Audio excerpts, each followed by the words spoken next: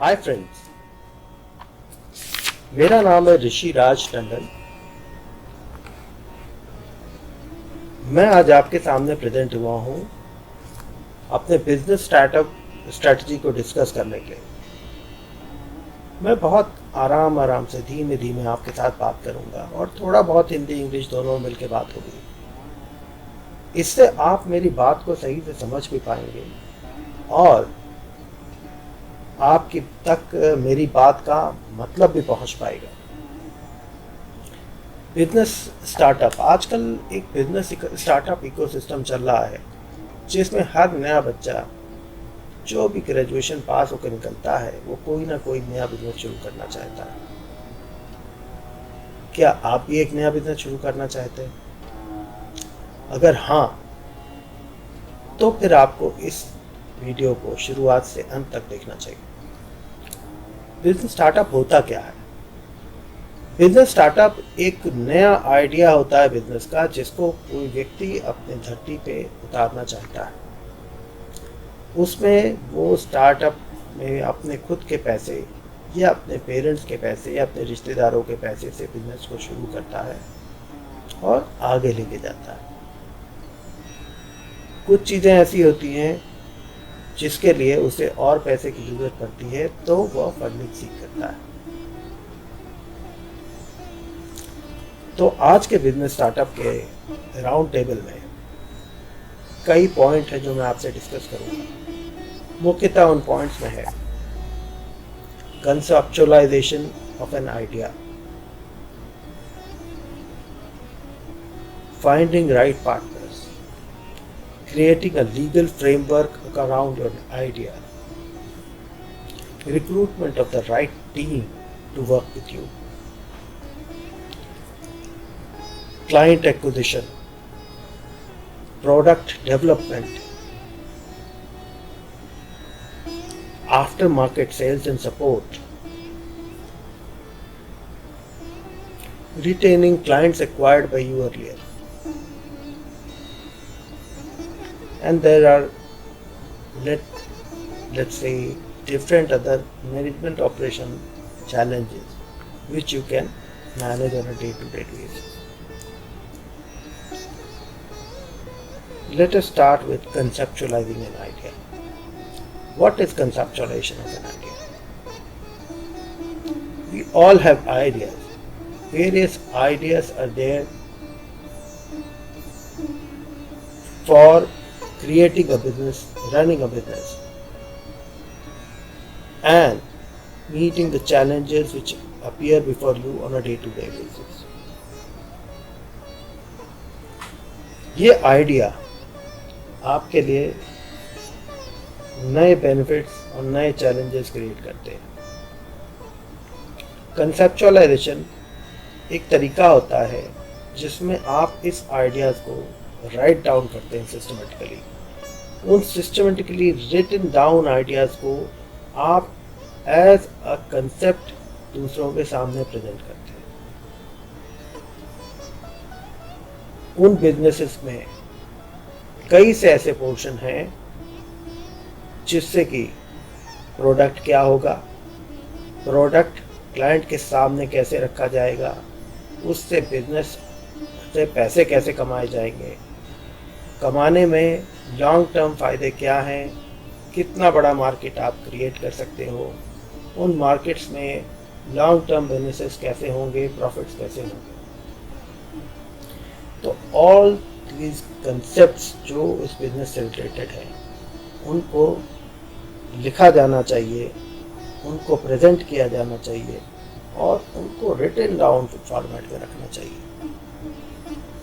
Written down इसलिए कह रहा हूँ मैं क्योंकि बहुत सारी चीज़ें ऐसी होती हैं जो सुनने में अच्छी लगती हैं, देखने में अच्छी लगती है, मगर जब आप उसको लिखते हैं तो पाते हैं उसमें बहुत सारी कमियां हैं। उन कमियों को दूर करके ही एक सक्सेसफुल बिजनेस बनाया जा सकता है।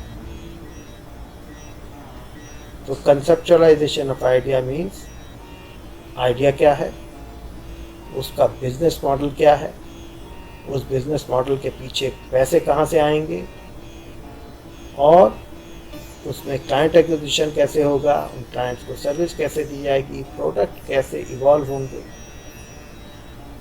आफ्टर सेल सर्विस सपोर्ट क्या होगा, अगर प्रोडक्ट लॉन्ग टर्म है तो क्लाइंट के अगर कोई लीगल चैलेंजेस है तो उनको कैसे फेस किया जाएगा, प्रोडक्ट प्राइसिंग क्या होगी, प्रोडक्ट क्या होगा, प्रोडक्ट की प्राइसिंग क्या होगी, ये सब चीज़ों को रिटन डाउन मैनर में लेके आते हैं, तब एक बिजनेस कंसेप्चुअलाइजेशन होता है। Coming to the next point, finding the right partners. अब आपने आइडिया को कंसीव कर लिया है, कंसेप्चुअलाइज कर लिया है, सोच लिया है कि क्या करना है, क्या बेचना है, क्या बनाना है, किसको बेचना है, कैसे बेचना है, ये सारे आइडियाज आपने लिख के रख लिए। अब आप क्या करेंगे? क्या पैसे लगा के कूद जाएंगे? नहीं, आपको क्या करना होगा, सबसे पहले आइडिया कंसेप्चुअलाइजेशन के प्रोसेस के साथ ही आपको नए लोग जो आपके साथ में काम कर सकें, उनको एज अ पार्टनर ढूंढना है। पार्टनर फाइनेंशियल भी हो सकते हैं, टेक्निकल भी हो सकते हैं, बोथ भी हो सकते हैं। तो पार्टनर ढूंढना क्यों ज़रूरी है? पार्टनर ढूंढना इसीलिए ज़रूरी है क्योंकि अक्सर आप अकेले पड़ जाते हैं। बिजनेस शुरू करते हैं, पैसा आपने ढूंढ लिया, प्रोडक्ट का आइडिया है, क्लाइंट भी आप एक्वायर कर सकते हैं, ठीक है, सब कुछ ठीक है, मगर कुछ ही समय बाद आप अकेले पड़ने लग जाते हैं। काम का बोझ और रिस्पॉन्सिबिलिटीज आपके ऊपर हावी होने लग जाती है। आपको ऐसी टीम चाहिए, ऐसे पार्टनर्स चाहिए जो आपके पैशन को शेयर कर सके, जो आपके रिस्पॉन्सिबिलिटीज का बोझ शेयर कर सके, जो आपके फाइनेंशियल बर्डन का बोझ शेयर कर सके। इसके लिए कहाँ आप ढूंढ सकते हैं ऐसे पार्टनर्स? अपने आसपास देखिए, अपने फ्रेंड सर्कल में देखिए, आपके प्रोफेशनल कोलीग्स को देखिए।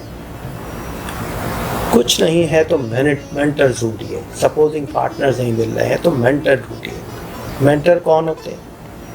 मेंटर वो होते हैं जिनको आपके बिजनेस का आइडिया होता है, एक्सपीरियंस होता है उनको सिमिलर बिजनेसेस का, टेक्निकली और इन अ बिजनेस मैनर। से सपोजिंग आप एक इलेक्ट्रिक स्कूटर बना रहे हैं, आपका मेंटर कौन हो सकता है? बिजनेस का आइडिया आपको है, मगर इलेक्ट्रिक स्कूटर की टेक्निकल नॉलेज के एक्सपर्ट आपके पास अभी नहीं है। तो क्या करेंगे? आप एक 20 लाख रुपए वाली सैलरी के पर्सन को हायर करेंगे?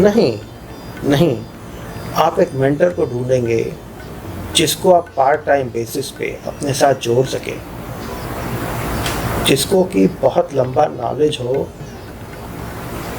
In the electrical field.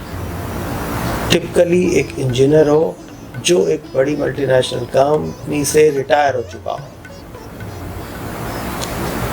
ऐसे मेंटर से आप पूछेंगे कि प्रोडक्ट कैसा होना चाहिए, टेक्निकल चैलेंजेस को कैसे फेस करेंगे, उसको अपनी बोर्ड मीटिंग से बुलाएंगे। हर बोर्ड मीटिंग के लिए जिसमें वो आएगा, आप उसको एक प्री डिटरमिन्ड अच्छा सॉलिड अमाउंट देंगे। से सपोजिंग आपकी 6 या 7 बोर्ड मीटिंग हो रही है, हर बोर्ड मीटिंग में उसे 20 से 25 हज़ार रुपये दीजिए, आने जाने का, रहने खाने का खर्चा दीजिए। क्या दिक्कत है? वो पर्सन रिटायर्ड है, उसको बोर्ड में बिठा के इज्जत भी मिल रही है, उसकी टेक्निकल नॉलेज की कदर हो रही है, उसको पैसे भी मिल रहे हैं for the work is doing. और सबसे इम्पॉर्टेंट आपके लिए है, सही राह दिखाने वाला प्रॉपर पर्सन आपको मिला है।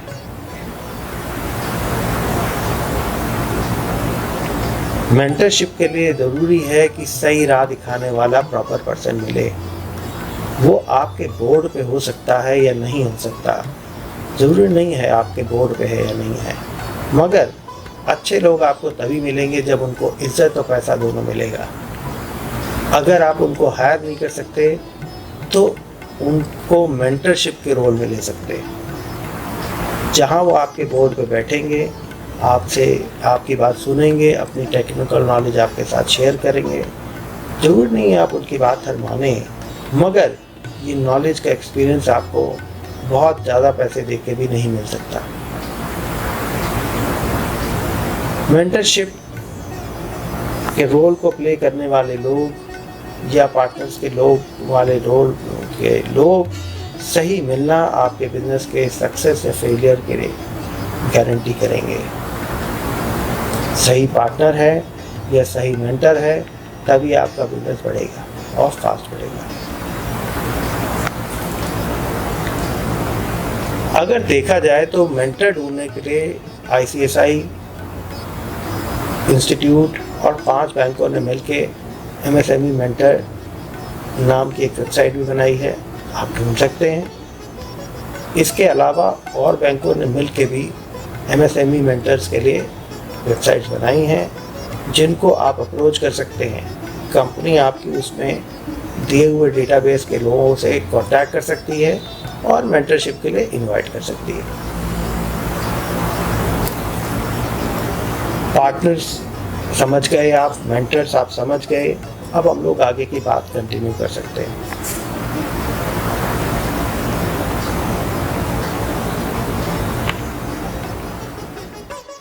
हाँ, now this takes us to the third part of our series। इस पार्ट का मतलब क्या है? अब हम वापस आते हैं creating a legal framework along your idea. इसका क्या मतलब? देखिए, अभी तक एक आइडिया था जिसको आपने पेपर पे लिखा था, उसके साथ में आपने पार्टनर ढूंढ लिए या मेंटर ढूंढ लिए जो इस आइडिया को ज़मीन पर उतारने में आपकी मदद करेंगे, राइट? क्या इतना सफिशिएंट है बिजनेस करने के लिए? तो शुरुआत तो कर सकते हैं आप इससे, मगर ये लॉन्ग टर्म सस्टेनेबिलिटी या कि आपको जिसको कह सकते हैं बिजनेस कंटिन्यूटी पॉलिसी की शुरुआत यहाँ से होगी। अब आप क्या करेंगे? अपने बिजनेस आइडिया के चारों ओर एक लीगल फ्रेमवर्क बनाएंगे। लीगल फ्रेमवर्क का क्या मतलब हुआ? लीगल फ्रेमवर्क का मतलब हुआ कि हम ऑर्गेनाइजेशन को और एक फॉर्मल नाम देंगे, लीगल फॉर्मेट में बनाएंगे, either into sole proprietorship, firm, company और any other business enterprise, but it should be a formal enterprise जिसका प्रॉपर बैंक अकाउंट खुला होगा, जिसके पास प्रॉपर GST नंबर होगा, जिसके पास प्रॉपरली अगर इंपोर्ट एक्सपोर्ट है तो IC नंबर होगा। तो जो भी लीगल रिक्वायरमेंट्स हैं, उन रिक्वायरमेंट्स को पूरा करते हुए हम एक ऑर्गेनाइजेशन खड़ा करेंगे। फिर इस ऑर्गेनाइजेशन में अपने प्रोडक्ट को डालेंगे। उस प्रोडक्ट के IPR को, इंटेलेक्चुअल प्रॉपर्टी राइट को प्रोटेक्ट करने के लिए हमें एक IPR का फ्रेमवर्क खड़ा करेंगे। सपोजिंग जैसे प्रोडक्ट नया है, नया डिज़ाइन है, नया कंसेप्ट है, तो उसके लिए हम या तो पेटेंट एक्वायर करेंगे या कॉपीराइट एक्वायर करेंगे, एटलीस्ट एक ट्रेडमार्क तो अपने लोगों का लेंगे जरूर। इससे क्या होगा? आपके आइडिया को कोई कॉपी नहीं कर पाएगा और साथ में आपका वो आइडिया आपके लिए long term return play out करेगा।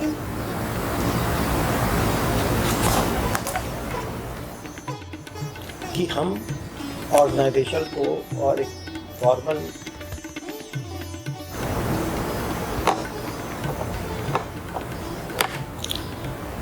नेक्स्ट पार्ट, अब आपके पास एक आइडिया कंसेप्ट था, आपने नया पार्टनर साथ में ले लिया, अपना मेंटर मिल गया तो बहुत बढ़िया, ये अपने पूरे आइडिया के अराउंड एक लीगल फ्रेमवर्क बना लिया। What now? अब आपको एक टीम चाहिए। ये टीम क्या करेगी? ये टीम आपके बिजनेस को चलाएगी। इस टीम के बगैर आप कोई भी काम नहीं कर सकते। अभी तक जो भी काम था वो विदाउट एनी बिजनेस था। अब ये टीम आपके प्रोडक्ट को बनाने में, उसको रिफाइन करने में, उसको टेस्ट करने में, उसको बेचने में, उसको सपोर्ट करने में, इन सब चीज़ों के फंक्शंस में आपकी मदद करेगी ये टीम। तो इस टीम में अच्छे लोगों को बुलाना, उनको रोकना, उनको रेम्यूनरेट करना, उनको मोटिवेट करना, ये सब आपका काम है। एक बहुत इम्पॉर्टेंट फंक्शन है जिसको कि कह सकते हैं recruitment for the right team.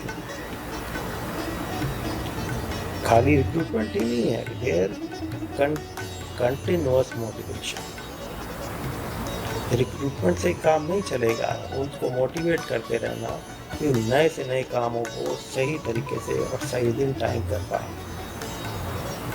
तो recruitment for the right team is very important. कैसे करना है, maybe will talk about it letter.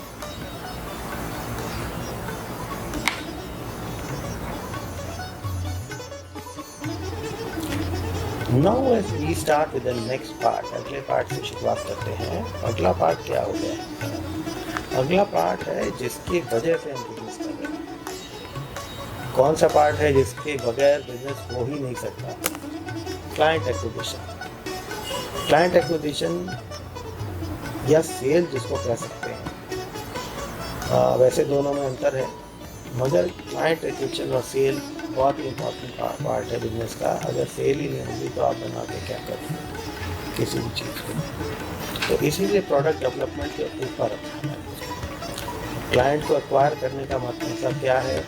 आप जिस प्रोजेक्ट को बेचना चाह रहे हैं, जिस प्रोडक्ट को आप बेचना चाह रहे हैं, जिस सर्विस को आप देना चाह रहे हैं, पहले उसके क्लाइंट को आइडेंटिफाई कीजिए। कौन कौन से पोटेंशियल क्लाइंट हैं, उनसे मिलिए, उनकी रिक्वायरमेंट समझिए कि क्या चीज़ आपके प्रोडक्ट में होनी चाहिए जो उनको ज़रूरत है। ठीक है, अगर वो ज़रूरतें आप फुलफ़िल कर सकते हैं तो उनको फुलफ़िल करने की कोशिश कीजिए। तभी आपका प्रोडक्ट ऐसा बनेगा जिसकी मार्केट में डिमांड है। या आपका क्लाइंट पहुंचेगा, आपका सेल्स पर्सन पहुंचेगा तो उसे इंटरटेन देगा। तो क्लाइंट एक्विजिशन पहला पार्ट है, communication with the potential client. दूसरी चीज़ है क्लाइंट से अपने प्रोडक्ट को प्रपोज करना। ठीक है, तो क्लाइंट को प्रोडक्ट पर पिच करना। नंबर 3 चीज़, उसमें से वही चीज़ को प्रपोज करना जो उसके मतलब की है। बाकी सारी चीज़ों को आप बाहर कर दीजिए। ख़ास तौर से जब तक आपकी टीम बन नहीं जाती, जब तक आपका प्रोडक्ट स्टेबलाइज नहीं हो जाता। Don't promise in the middle. कोई ज़रूरत नहीं है उसको सन और में बेचने। वही बेचिए जो उसके मतलब का है। अगर वो आप नहीं करेंगे तो you will end up promising more which you cannot deliver. Non delivery से क्लाइंट भी जाएगा, बिजनेस भी जाएगा, फ्यूचर प्रॉस्पेक्ट भी खराब होगा। मैंने अक्सर देखा है कि लोग कुछ ज़्यादा प्रॉमिस कर देते हैं जिसको डिलीवरी में बहुत दिक्कत होती है। अल्टीमेटली क्लाइंट भी भाग जाता है, पैसा भी वापस देना पड़ जाता है। तो क्लाइंट एक्विजिशन में पहली चीज़ है उससे बात करिए। दूसरी चीज़ है उसको वही प्रॉमिस कीजिए जो उसके मतलब का है। नंबर 3, प्राइस मैक्सिमम होना चाहिए। लोग ऑप्टिमम कहते हैं, मेरे हिसाब से तो मैक्सिमम होना चाहिए। क्यों? क्योंकि आपको प्रोडक्ट को सर्विस भी करना है, क्लाइंट को सेटिस्फाई भी करना है। तो क्लाइंट को सेटिस्फाई करते हुए आप प्रोडक्ट को कितने मैक्सिमम दाम में बेच सकते हैं ये आपको सोच के रखना है। उसी पे उसे पिच करना है। कोई ना कोई निगोशिएशन का रूम छोड़ के रखना है। मगर वो नेगोशिएशन रूम इतना बड़ा नहीं होना चाहिए जिससे आपकी क्रेडिबिलिटी अफेक्ट हो। You sell it for free for a limited period rather than selling at a very lower price. Client कहता है सॉफ्टवेयर दे देते, क्लाइंट कहता है भाई साहब 1 लाख रुपया नहीं दे सकता, मैं 50,000 रुपये दूंगा। अब उससे कहिए ठीक है 3 महीने आपको मैं फ्री दे देता हूँ, बाकी 8-9 महीने के पैसे मैं आपसे चार्ज करूँगा, 20% डिस्काउंट भी दे दूंगा, मगर आपको पेमेंट मुझे अपफ्रंट करना पड़ेगा। ना जब आप इस कैलकुलेशन को देखेंगे तो तकरीबन 60% आप रिसीव कर रहे हैं, 60,000 रुपये आप रिसीव कर रहे हैं। क्लाइंट को 3 महीने छूट फ्री में वो भी मिल रहा है, आपको पेमेंट अपफ्रंट मिल रहा है 60,000 रुपये। This is the most important part. तो क्लाइंट एक्विजिशन में प्राइसिंग ऑफ द प्रोडक्ट भी इम्पॉर्टेंट है। क्लाइंट को एक्वायर करना है सामदान धनभेद से नहीं, सच्चे झूठे वादों से नहीं, आपको स्मार्ट तरीके से अपने प्रोडक्ट को पिच करके खाली मतलब की चीज़ दे के at a price which is with in his approach client को एक्वायर करना है and making a promise which you can keep with in time. This is very important. ये मैं अपने पर्सनल एक्सपीरियंस से आपको बता रहा हूँ।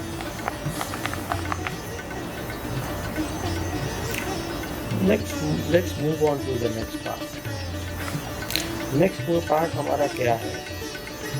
Product development. Generally product development या सर्विस डिलीवरी हम ये मानते हैं कि वन ऑफ है, एक बार बन गया तो बन गया, फिर हम बेचना शुरू करेंगे और हमेशा पैसे कमाते रहेंगे। जनरली जो नए बच्चे होते हैं वही मान के चलते हैं कि प्रोडक्ट का R&D हमने एक बार खर्चा किया फिर बेचते रहेंगे, कोई दिक्कत नहीं है, वही प्रोडक्ट हम सस्ते में बेचते रहेंगे तो भी फ़ायदा कमाते रहेंगे। नहीं, ऐसा कभी नहीं होने वाला। आज आप कोई भी प्रोडक्ट बताएंगे तो कल फिर उसको रिफाइन करने की ज़रूरत है, परसों फिर उसमें चेंजेस करने की ज़रूरत है। आपको अपनी इन्वायरमेंट के हिसाब से, क्लाइंट की रिक्वायरमेंट के हिसाब से और बहुत सी चीज़ों की वजह से, लीगल रिक्वायरमेंट की वजह से उस प्रोडक्ट को हमेशा इवॉल्व करते रहना। तो R&D and product development is a running cost which you will have to incorporate into the product pricing.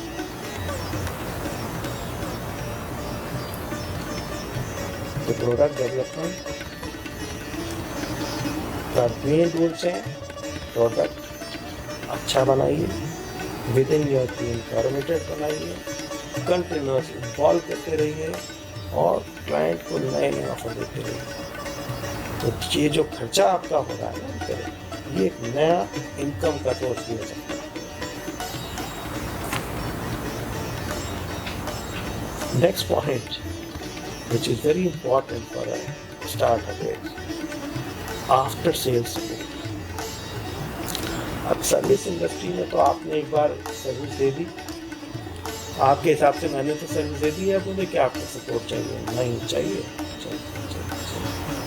तो सर्विस इंडस्ट्री और प्रोडक्ट इंडस्ट्री है, after acquiring a customer you have to maintain. तो उसको उस service से क्या benefit मिल रहा है, कंटिन्यूइंग उस प्रोडक्ट से क्या बेनिफिट मिल रहा है, ये मॉनिटर करने के लिए। अगर कोई कंप्लेंट मिल रही है तो उस कंप्लेंट को एड्रेस किया जाना चाहिए with in the parameters of the agreement with the client. अगर हमने एक प्रोडक्ट बनाया था, उसको एक्स दाम में बेचा था, उसमें प्रॉमिसेस वाई सेट थे, तो उन वाई सेट प्रॉमिसेस को हमें डिलीवर करना है। लेकिन हर चीज़ फ्री नहीं होगी, जितने का पैसा दिया है, जिस काम के लिए पैसे दिए गए हैं, जिस तरीके का काम कहा गया है, वो सब आपको करना है। सो सपोजिंग कोई अगर क्लाइंट आपसे ओवर एंड अबव मांगता है कि भाई आपने प्रॉमिस नहीं किया था, मगर फिर भी भाई मुझे रनिंग में इसकी जरूरत है, तो क्या ये करना चाहिए? This you will have to ask yourself कि क्या ये प्रॉब्लम प्री विजुअलाइज थी, क्या इसकी एक्चुअली में ज़रूरत है फॉर यूटिलाइजिंग द प्रोडक्ट? अगर ज़रूरत है for utilizing the product then you should give it for free.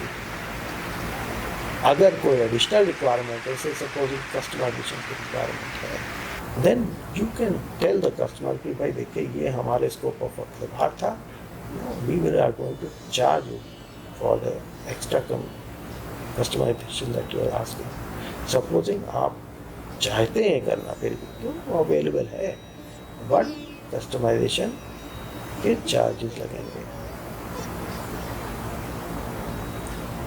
Warranty period extend करना है, ऑब्वियसली हमने आपको 2 साल बोला है, 2 साल की वारंटी इंक्लूडेड है, but suppose you want to increase the warranty, it has to be on a chargeable basis.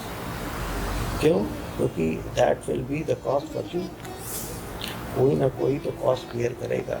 Cost हमेशा फ्री नहीं होती, it has to be paid by somebody, and if your client is not paying it then you are paying it.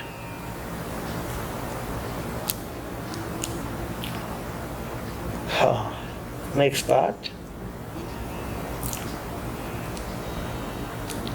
retaining client and team members. Now what happens is कि जब आप company शुरू करते हैं, नई team इकट्ठा करते हैं, क्लाइंट्स इकट्ठा करते हैं, तो बहुत सारी चीज़ें आप को कॉम्प्रोमाइज़ करनी पड़ती है, बहुत सारे प्रॉमिसेस करने पड़ते हैं।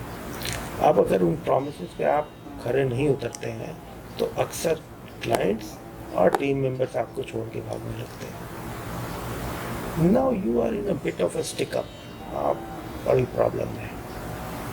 पहली चीज़ प्रोडक्ट बनाया, क्लाइंट तक पहुँचे, क्लाइंट को भेज दिया, मगर जब अब हम क्लाइंट को भेज दिया, सपोर्ट करने का नंबर आया, इम्प्लीमेंटेशन करने का नंबर आया, तो हमारे टीम मेंबर छोड़ के भागने लग गए। या क्लाइंट को एक्वायर किया था, हमने उसको डिलीवरी दी, अब वो प्रोडक्ट में अनड्यू चेंजेस मांग रहा है, आपका पेमेंट रोक के बैठ गया है। क्या करना है ऐसे सर्कमस्टेंसेस में? अब क्या है, ये सारी चीज़ें आपको ऊपर की जितनी भी चीज़ें बताएंगे, इसके लिए मेरे हिसाब से पॉलिसीज़ होनी चाहिए। वो पॉलिसीज़ रिटन होनी चाहिए and they should be written stone. Okay, तो जनरली इन सारी पॉलिसीज़ को कॉम्प्रिहेंसिव पॉलिसी, जिसको कि बिजनेस कंटिन्यूटी पॉलिसी कहते हैं, उसमें राइट अप कर लिया जाता है। ठीक है, तो अगर कोई टीम मेंबर चला जाए तो कैसे होगा काम, कोई क्लाइंट चले जाए तो उनको कैसे रिटेन करना है, अगर कोई आपके इवन ओनरशिप चेंज हो जाए तो कैसे उसको मैनेज किया जाएगा, अगर आपका डेटा है तो उसे कैसे रिटेन किया जाएगा, ये सारी चीज़ें बिजनेस कंटिन्यूटी पॉलिसी का हिस्सा है। इस पॉलिसी के हिसाब से ही मैनेज होना चाहिए। इस पॉलिसी के रिलेशन में आने वाले ज्वाइन करने वाले टीम मेंबर्स को पता होना चाहिए, भाई हम आए हैं अंदर, 3 महीने का नोटिस पीरियड है तो 3 महीने बाद ही जा सकते हैं। ये नहीं उठ के चल दिए, और उठ के चल दिए तो उनकी सैलरी रोकी जाएंगी, उनके अगेंस्ट लीगल एक्शन लिया जाएगा, they will be called back, कोई इनको एनओसी नहीं मिलेगी, ये उनको पता होनी चाहिए। तो there has to be straightforward policies for retaining client and for employees, और employees के साथ मिल के बनाई जानी चाहिए। तो HR, owners, employees सब मिल के इन पॉलिसीज पे काम करें।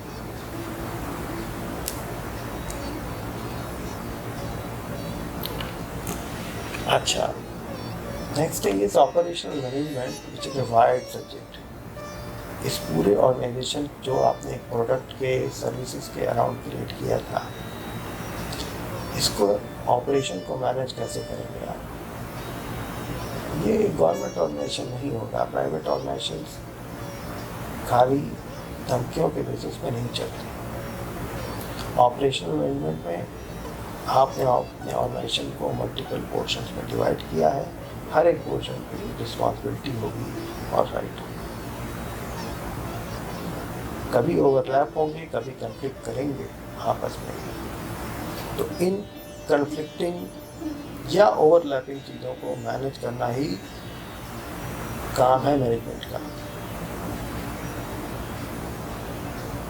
अब इन जनरली चीज़ों को आप आईटी के थ्रू मैनेज कर सकते हैं। पॉलिसीज बनानी पड़ेंगी, इम्प्लीमेंटेशन मॉनिटरिंग के लिए आईटी की जरूरत पड़ेगी। तो IT will be working for you. तो आपका प्रोडक्ट बिस्किट हो या बेकरी हो या सब्जी डिलीवरी हो या लॉजिस्टिक्स हो या आप से सपोजिंग एक बार या कैफे क्यों ना चला रहे हैं, इन सब में आईटी का रोल होना चाहिए। और IT should be an enabler.